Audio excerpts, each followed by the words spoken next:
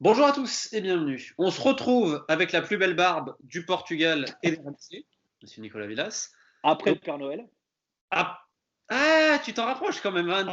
T'es plus longue un peu le nez. Bref, on avait déjà fait une première partie sur ton ouvrage autour de José Mourinho, de la genèse à la gloire, derrière le Special One. Donc on avait parlé de son père, du Mourinho joueur, de tous les clichés qu'il peut avoir, également de la méthodologie que tu as utilisée. Et on avait terminé le premier entretien sur ce fameux stage de pré-saison à l'ERA, je dois mal le prononcer parce que mon portugais est catastrophique, où justement Mourinho avait déjà des méthodes qui choquaient tout le monde et même ses dirigeants et qui allaient à l'inverse de ce que tout le monde pensait. Et donc la question que je vais te poser, c'est aujourd'hui, on a une image de Mourinho très stéréotypée, alors qu'on se rend compte en voyant le livre que, il a eu 10 ans d'avance, et même sur les principes de jeu, pressing haut, comme on parlait de la préparation physique, etc. Comment tu expliques cette avance qu'il a eue, je dirais au niveau intellectuel, au niveau de la planification et tout ça? Est-ce que c'est à cause de ses maestros, de ses profs, comment tu l'analyses tout ça? Bah, il a forcément une influence des personnes qu'il a pu côtoyer, alors que ce soit son père dans un tout premier temps, et puis surtout après son mentor que sera Robson, donc, dont il sera l'adjoint euh, au Sporting, au FC Porto, au Barça. Il va prendre finalement du Van Gaal, j'ai envie de te dire, presque malgré lui, parce que quand Van Gaal arrive au Barça, Robson est mis au placard, Mourinho se tâte même à se barrer à ce moment-là, et finalement, Van Gaal qui a besoin de quelqu'un dans son staff qui parle le castillan, et, voire même le catalan, et surtout qui connaissent déjà le contexte, l'environnement catalan, il va le garder. Il va aussi s'inspirer de lui. D'ailleurs, il le dira, il écrira dans une biographie qu'il écrira après ses succès européens avec Porto, que ses deux inspirations en termes d'entraîneur, ce seront Robson et Van Gaal. Mais finalement, il va prendre un petit peu tout le monde et créer sa propre méthodologie à lui aussi. Après, ce qui est très intéressant, quand on voit certaines de ses sorties, de ses déclarations, de ses développements intellectuels au niveau du football de l'époque et au fur et à mesure du temps, c'est qu'il y a une évolution aussi. C'est-à-dire que lui, il avait fait des colloques dans des facs, etc., où il disait, moi, quand j'étais à Barcelone, pour moi, c'était indispensable d'avoir la possession du ballon, mais il fallait qu'elle ait une utilité. Il écrivait ça il y a moins d'une vingtaine d'années encore, hein, dans cette fameuse bio. C'est important d'avoir donc la possession du ballon, c'est important de jouer offensif. Moi, je vais jouer offensif. Mais après, il y a une chose qui est fondamentale, et il le dit aussi avec le temps, c'est que tout ça dépend des joueurs dont tu as à ta disposition. Et lui, il y a une chose en revanche qui n'a pas changé chez lui, c'est que la chose la plus importante pour lui chez un joueur, c'est son intelligence. C'est-à-dire, c'est la façon dont il va comprendre ce que son entraîneur va lui demander de lui. Savoir se servir du ballon, mais savoir se positionner quand il n'a pas le ballon également. Et finalement, il va être très dépendant de ça également. Moi, déjà, si j'ai fait un livre avant le Special One, c'est parce qu'il y a plein de livres qui ont été faits, même y compris Porto d'ailleurs. Alors au Portugal exclusivement, c'est pour ça que moi, cette partie, j'ai voulu la faire dans une autre langue aussi, et avec d'autres intervenants aussi. Mais c'est vrai que des livres sur ces passages, que ce soit à Chelsea, à l'Inter, au Real, etc., voire même à United, il y a plein de super longs articles de bouquins qui ont été faits là-dessus.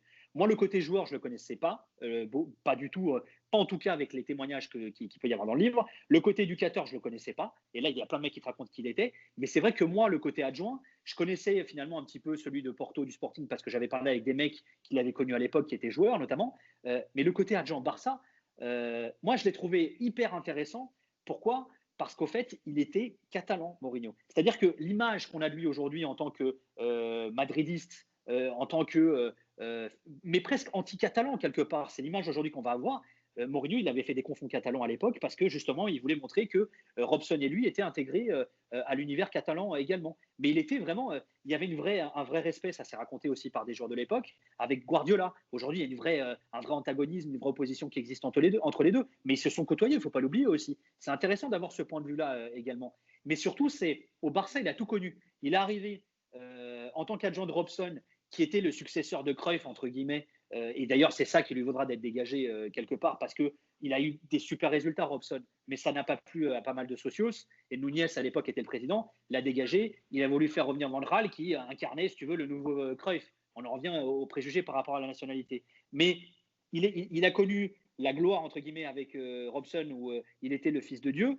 Et puis, il a connu des passages beaucoup plus compliqués ensuite, quand Robson se retrouve au placard et où il a deux doigts de se barrer, et il est obligé de se refaire. Et puis, c'est aussi ça qui va lui donner l'envie de devenir entraîneur principal.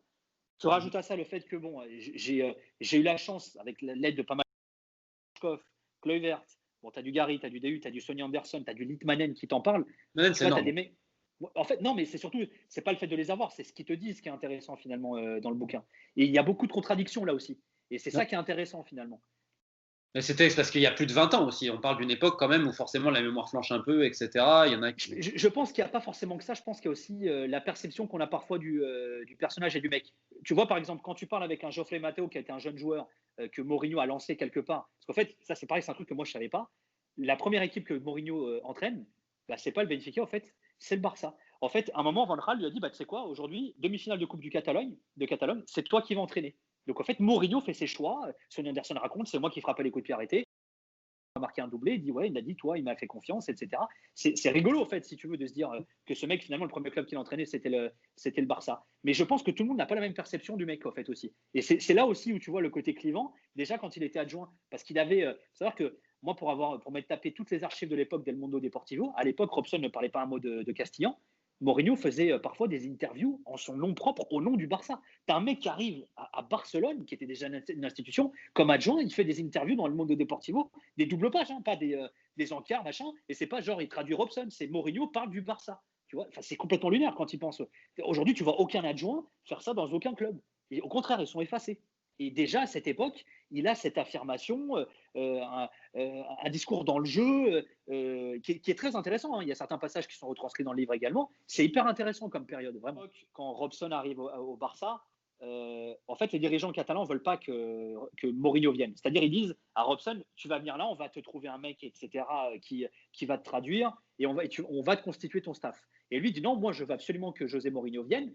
Il dit non, mais un traducteur, on va t'en avoir. Et en fait, il explique, il dit non, mais c'était pas un simple traducteur, c'est pas un simple traducteur, Mourinho. Mourinho, il transmet mes idées aux joueurs au quotidien, mais c'est surtout qu'à l'époque, c'est pareil. Mourinho n'était pas peut-être aussi poussé en termes de modernisme dans les entraînements que Van Gaal, par exemple, mais il avait besoin de Mourinho quand même pour animer une partie des séances, par exemple. C'est-à-dire que Van Gaal, lui, c'était très clair, il répartissait, voilà, il déléguait. Koeman, qui le rejoindra un moment, prendra une partie des entraînements. Mourinho gérait une autre partie, etc. C'était séquencé. Et vraiment, Van Gaal était la figure managériale. Il supervisait, il corrigeait quand il fallait. Ce que Mourinho fait, par exemple, aujourd'hui. Lui, déjà, il était un peu plus inclusif, c'est-à-dire il voulait un peu tout faire, etc. Et c'est vrai qu'on aura tendance à dire Mourinho était traducteur. C'est une étiquette qu'on lui collera, mais très très vite, même si à la base, quand il va au Sporting, certains pensent qu'il va faire que ça, quand Manuel Fernandez, qui est l'homme qui le fait venir au Sporting, il le fait venir parce qu'il parle anglais, mais il savait très bien à l'époque qu'il allait faire beaucoup plus que traducteur. Et très vite d'ailleurs, enfin d'entrée d'ailleurs, il ne fait pas que traducteur. Il y a un autre point sur lequel on va pouvoir insister, c'est la dimension humaine. Déjà, c'est un truc qui est complètement oublié, on le fait passer pour un bourreau, etc. Et ce n'est pas pour dire que Mourinho n'a pas de défaut, évidemment, c'est un être humain. Par contre, ce qui est assez impressionnant, c'est le nombre d'anecdotes qui montrent à quel point c'est aussi un bon gars. Quand même. Il y en a plein qui disent, mais oubliez le Mourinho que vous voyez, en dehors des terrains, c'est un type tout à fait charmant, qui aide beaucoup de joueurs aussi sur leur vie privée, etc. Mais il ne veut pas que ça se sache. Il y a notamment ce fameux épisode où il va sortir des flammes, son collègue, etc., qui est peut-être l'un des plus dingues du livre, je pense. Ouais, alors ça a été, je pense, le mec que j'ai le plus galéré à retrouver. Alors, le clin d'œil, des fois, enfin, le destin est parfois dingue. Donc, en fait, quand il est joueur à Commerce Industria, donc à la fin de sa carrière de joueur, donc un club de Détroit ou district même, mais qui vient d'être acheté par un homme d'affaires étranger, en fait, donc cet homme d'affaires étranger, finalement, va arrêter de payer et va disparaître du jour au lendemain. Les gens vont se retrouver dans la merde. Comment? C'est pas un Iranien d'ailleurs? Alors en fait, j'ai pas réussi à checker si c'était un Iranien ou ils étaient pas sûrs les mecs, donc ils savaient pas trop, mais c'était un gars du Golfe, voilà. En tout cas, il arrête de payer. Et en fait, Mourinho, lui, va aider notamment un joueur qui s'appelle Day, qui était la star de cette équipe qui avait été formée au Sporting à l'époque avec Paulo Foutre, qui était vraiment la petite pépite à qui on avait promis beaucoup d'argent pour venir. Il était père de famille déjà, Day à cette époque-là, Mario Day.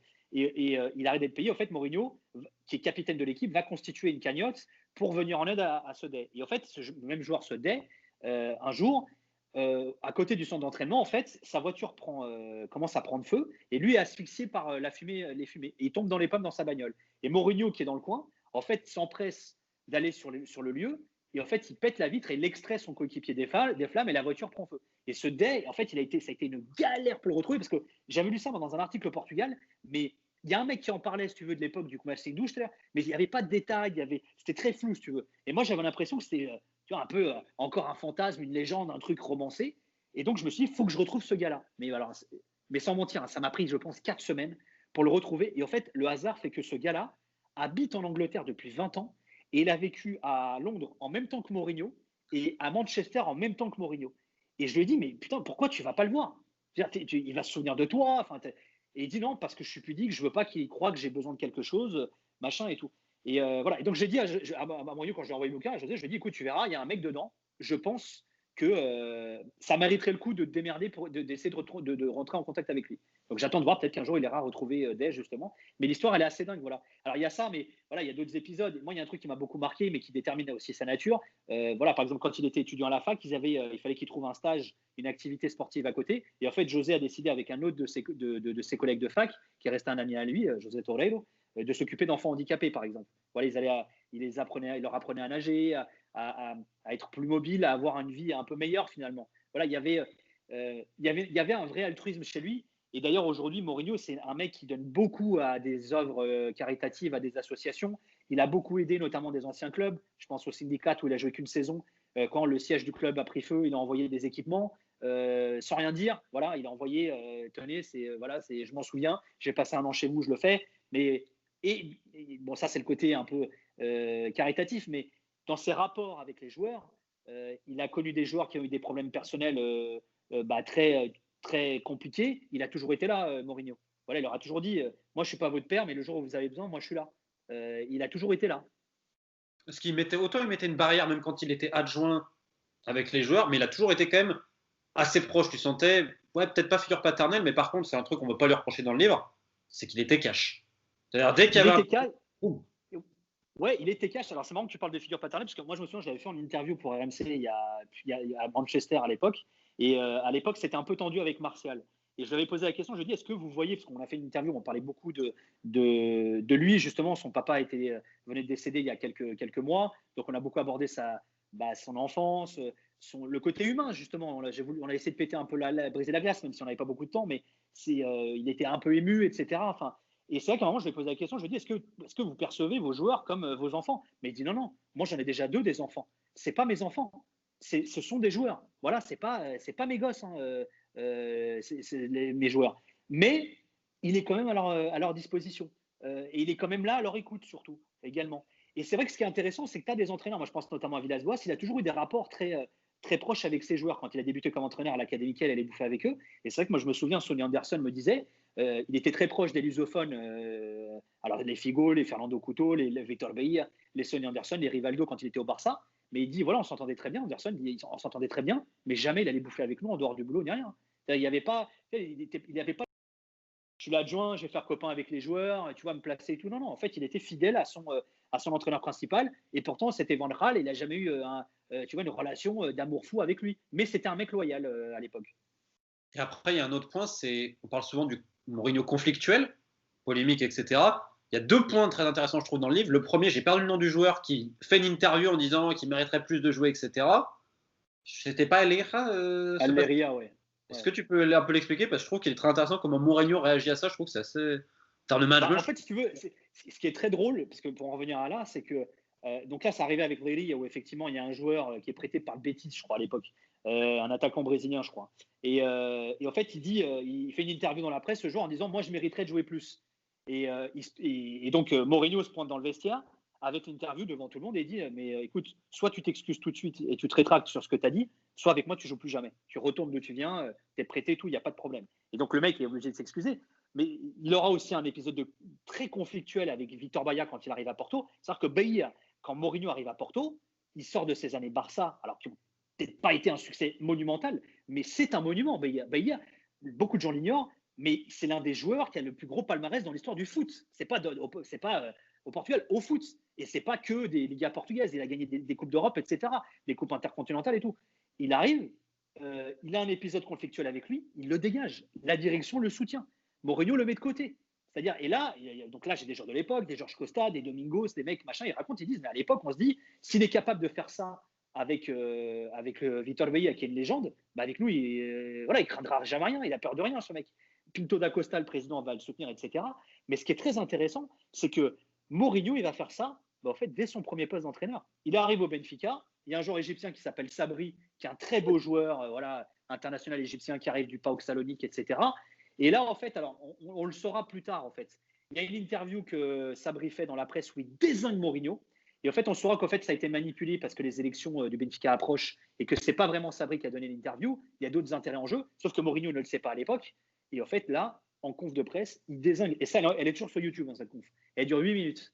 Point par point, il dézingue Sabri en conf de presse. C'est-à-dire, il reprend les propos de Sabri en interview et il lui répond de façon un peu ironique, mais à la Mourinho déjà, finalement, et en fait très cash. Et là, pareil, les joueurs de l'époque au Benfica me disent, voilà, Sabri, c'est un peu la petite star de l'équipe.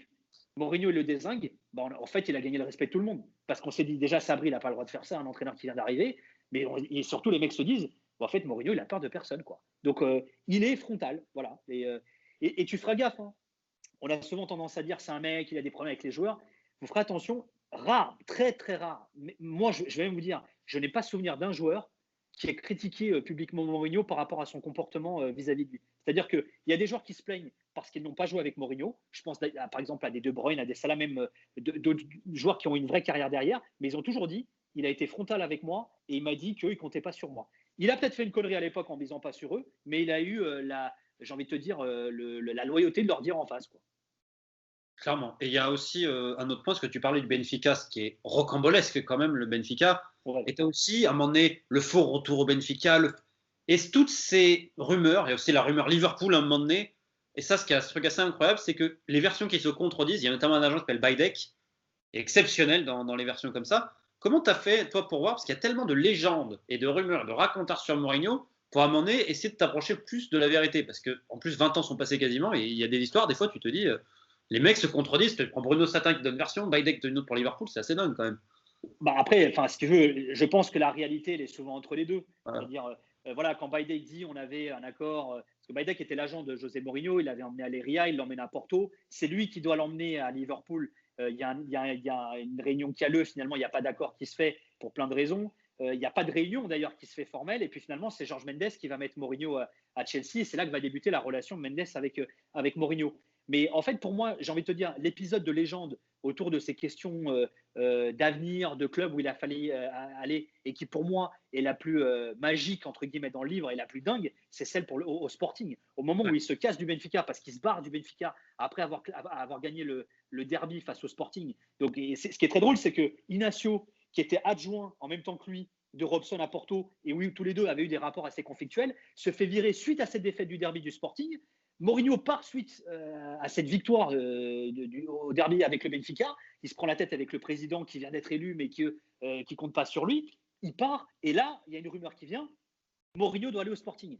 Et en fait, tu sais que ce sujet a été tabou pendant plus de 10 ans au Portugal. Même Mourinho refusait de parler de ça, de dire ah non, c'est pas vrai, je parle pas de ça, c'est des conneries. Et en fait, il y a moi, j'ai eu l'agent qui devait le mettre à l'époque, qui était José Veiga. José Veiga, pour ceux qui ne le connaissent pas, c'était le plus grand agent avant Mendes. Mais quand je dis plus grand agent, c'est-à-dire c'était le Mendes de l'époque, hein, c'est-à-dire au niveau mondial même. C'est lui qui met Figo au Barça, etc. Enfin, c'était un très très grand agent. Et d'ailleurs, il va avoir des rapports très conflictuels avec Mendes. Lui, il choisira Veiga par la suite de devenir dirigeant au Benfica. Voilà, et puis il aura une toute autre histoire, un tout autre destin par la suite. Mais et en fait, l'épisode est raconté comment Mourinho finalement avait déjà son contrat de signé pour aller au Sporting et il n'y va pas. Pourquoi? Parce que justement il a gagné face au Sporting lors d'un derby et qu'il a eu ce geste où il a fait comme ça au moment du but de João Tomás et les soucieuses du Sporting le reprochaient. Et en conf de presse, ils ont dit au directeur sportif du Sporting: démentez maintenant tout de suite que Mourinho ne vient pas, sinon ni vous ni moi on ne sort de ce stade. Et là, la tension monte. Mourinho est devant sa télé et il assiste à la scène et il voit que le directeur sportif ne l'annonce pas. Voilà, dans le bureau de Veiga. Et là, c'est là où il va à Leiria par la suite, etc. Et ça, pour moi, ça fait partie de ces légendes autour de Mourinho qui sont racontées par l'un des mecs qui a vécu la légende finalement, qui l'a construite aussi. En fait, moi, si tu veux, là où j'ai été étonné, c'est que j'ai été étonné que tout le monde, qu'il y ait plein de mecs que je me disais, bon, je vais les avoir, mais ils ne me parleront pas. Mais par exemple, c'est vrai que le Benfica, tu as Prodome qui à l'époque était dirigeant. Il est passionnant parce que, alors ça c'est très drôle aussi. Mais tu vois, quand tu parlais de légende autour de Mourinho, c'est qui a eu l'idée de faire venir Mourinho au Benfica alors qu'il n'était personne. Donc, voilà. Alors en fait, il faut savoir qu'à l'époque, il y a Eladio Parames qui était le responsable de la com de Benfica, qui était un grand ami de Mourinho. Alors Alvaro Braga Junior, qui était le directeur général du club, dit c'est Eladio qui a eu l'idée. Prodome dit c'est moi qui ai eu l'idée. Il y en a un autre qui te dit c'est moi qui ai eu l'idée. Et en fait, tout le monde s'approprie, si tu veux, l'idée. Et au final, tout le monde a la même conclusion en se disant, peu importe qui a eu l'idée, ça a été une super idée. C'est ce que dit d'ailleurs Moser. Il dit, au final, on s'en fout de la tête de qui vient cette idée. Le fait est que l'idée était géniale parce que c'est là où José Mourinho a été lancé comme entraîneur principal. Mais voilà, par exemple, avoir eu Sousa Sintra, qui était le président du Sporting à l'époque où il était l'adjoint de Robson, c'est génial aussi parce que tu vois le fameux mythe du traducteur. Bah, la meilleure personne pour t'en parler à l'époque, bah, c'est le mec qui te fait signer le contrat. Vous embauchez José Mourinho à l'époque, vous ne le connaissez pas. Pourquoi vous l'avez embauché? Bah, là, il t'explique. Parce que Manuel Fernandez, qui allait être l'adjoint de mon futur entraîneur, m'a dit ce serait bien qu'on prenne un entraîneur anglais, Bobby Robson. Et tiens, moi, je ne parle pas anglais, mais j'avais l'un de mes mecs dans mon staff qui était mon préparateur physique, José Mourinho. Il parle anglais et en plus, c'est un super technicien. Donc, tu vois, ce n'était pas juste un traducteur déjà à l'époque. Donc, voilà, il y a plein de trucs comme ça autour. Écoute, je pense qu'on a fait le tour. On pourra encore continuer pendant des heures et des heures. Donc, le livre est dispo pour tous ceux que ça intéresse, notamment depuis le site exuvi.fr. Sur les autres plateformes. Un grand bravo à toi, je te fais pas de la lèche, mais pour tous ceux que ça intéresse, parce que c'est vraiment un travail d'orfèvre. Honnêtement, le temps que tu as passé, ça se sent, et puis on apprend plein de choses. Quoi. Bah, c'est gentil, Romain, merci beaucoup. Et moi, je vais te faire un peu de lèche. Voilà, The Beautiful Game, moi, j'ai commencé. Bon, après, je vais pas faire le mec, mais moi, j'aime bien tes livres. Donc, j'aime bien ta façon de bosser, parce que tu me copies dans ta façon de travailler. Tu fais tout comme moi. Je suis un peu le Mourinho de la littérature. J'ai 20 ans d'avance. Et en fait, t'es qu'une putain d'arnaque. J'avoue tout. Que les gens le sachent. J'avoue tout. C'est comme à Benfica, c'est moi qui ai l'idée, c'est je copie. En fait. C'est exactement ça. Voilà. Non, mais alors, cela dit, parce que là, on va se faire de l'auto-promo, mais je crois que Fabien Moine de Exuvie va nous préparer un petit code promo pour le package pour les 3 là, cet hiver. Exactement. Avec le livre de Maxime sur la génération. Voilà. La génération 87, excellent aussi. Et aussi très bon que j'ai lu, je ne sais pas si tu l'as lu aussi. Je l'ai pas encore. Bah, déjà, j'ai commencé par le tien, je ne peux pas tout faire, mon pote. J'imagine bien. Mais écoute, un grand merci pour ton temps, Nico, et puis j'espère que les gens. Merci à toi, Romain, c'est gentil. Bonne fête. Merci à tous. Ciao. Merci. Ciao.